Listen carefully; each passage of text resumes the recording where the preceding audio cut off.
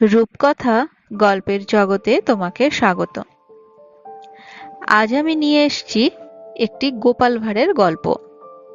আমার চ্যানেলে এর আগেও তোমরা অনেক গোপাল ভাঁড়ের গল্প শুনেছ, তাই আজকেও আমি নিয়ে এসেছি আরেকটি নতুন গোপাল ভাঁড়ের গল্প। তো চলো আজকের গল্প পড়ি।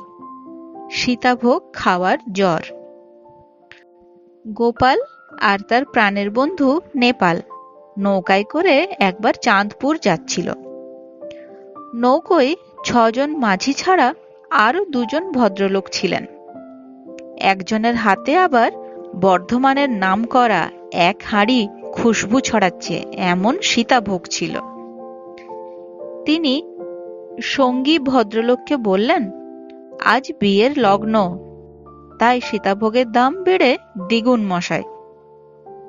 শ্বশুরবাড়ি যাচ্ছি বলে চড়া দাম দিয়েই ২ সের সীতাভোগ নিয়ে এলুম।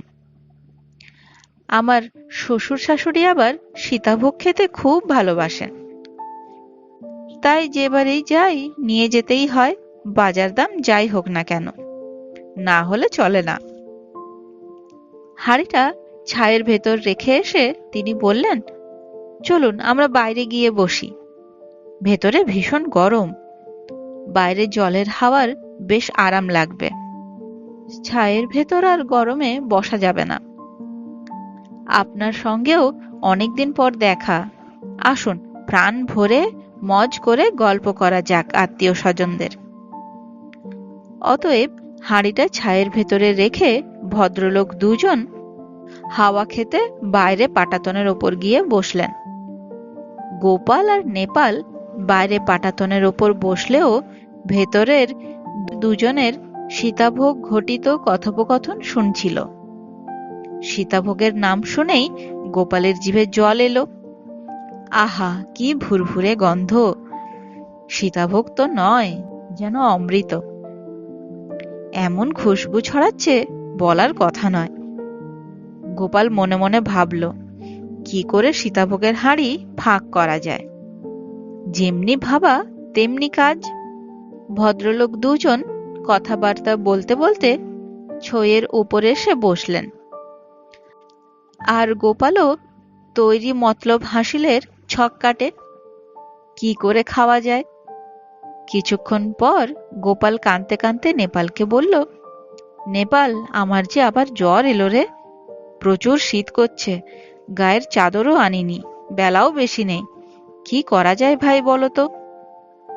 গোপালের কথা শুনে নেপাল বলল, তুই এমন কাণ্ড বাঁধাবি জানলে তোকে সঙ্গে করে আনতুম না, চাঁদপুর যে এখনো অনেক দেরি রে। আমি এখন কি করি, তোকে কোথায় বা শোয়াই। ভদ্রলোক নেপালকে জিজ্ঞাসা করলেন, আপনারা চাঁদপুরে যাবেন বুঝি? এখান থেকে চাঁদপুর অনেক দূর, প্রায় বেলা পড়ে যাবে। হ্যাঁ, আপনারা কোথায় যাবেন? আমরা চাঁদপুরের পরের ঘাটে নামবো, অর্থাৎ লছিমপুরে নামবো। লছিমপুরে আমার শ্বশুর বাড়ি। গোপাল ততক্ষণে সশব্দে হু হু করে ঠকঠক করে কাঁপতে লাগলো, চেঁচাতে লাগলো, মরে গেলাম শীতে, এক্কেবারে মরে গেলাম। তাই দেখে ভদ্রলোক গোপালকে বললেন, আপনি জ্বর গায়ে ঠান্ডা লাগাচ্ছেন কেন? নৌকায় ছায়ের ভেতরে গিয়ে কাপড় মুড়ি দিয়ে শুয়ে পড়ুন গে, ঠান্ডা একদম লাগাবেন না, আজকার এ জ্বর ভালো নয়, হিতে বিপরীত হতে পারে, যান নিচে গিয়ে শুয়ে পড়ুন। গোপাল তো এটাই চেয়েছিল। গোপাল ছইয়ের ভেতরে গিয়ে কাপড় মুড়ি দিয়ে শুয়ে পড়ল। ২ ঘন্টা পরে চাঁদপুর ঘাটে নৌকা ভিড়লেই নেপাল গোপালকে ধরে ধরে যেন কোলে করে ঘাটে নামলো। চাঁদপুরের ঘাটে গোপাল ও নেপালকে নামিয়ে দিয়ে মাঝিরা আবার নৌকা ছেড়ে দিল। গোপাল, বাবারে মরে গেলাম রে বলতে বলতে কাঁপতে কাঁপতে ঘাটে নেমে গেল।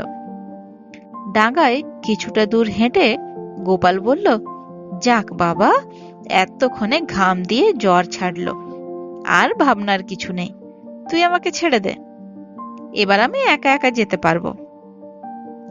নেপাল গোপালের কথা শুনে মুচকি হেসে বলল, ছাড়ার আগে আমার ভাগটা দে। নিশ্চয়ই তুই আমার জন্য কিছু এনেছিস, না সব নিজেই সেটে এসেছিস?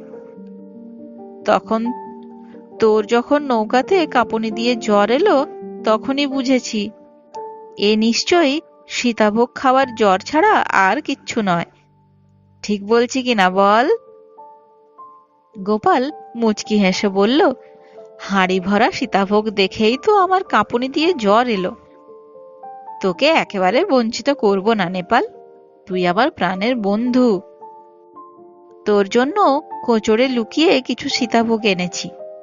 ভদ্রলোক যখন হাঁড়ি নিয়ে নামবেন লছিমপুরে, তখন দেখবেন হাঁড়ি এক্কেবারে ফাঁকা। সীতাভোগের শোকে তখন না ভদ্রলোকেরই আবার জ্বর আসে। বাড়ি গিয়ে এবার ভদ্রলোক মুখ দেখাতে পারবে না।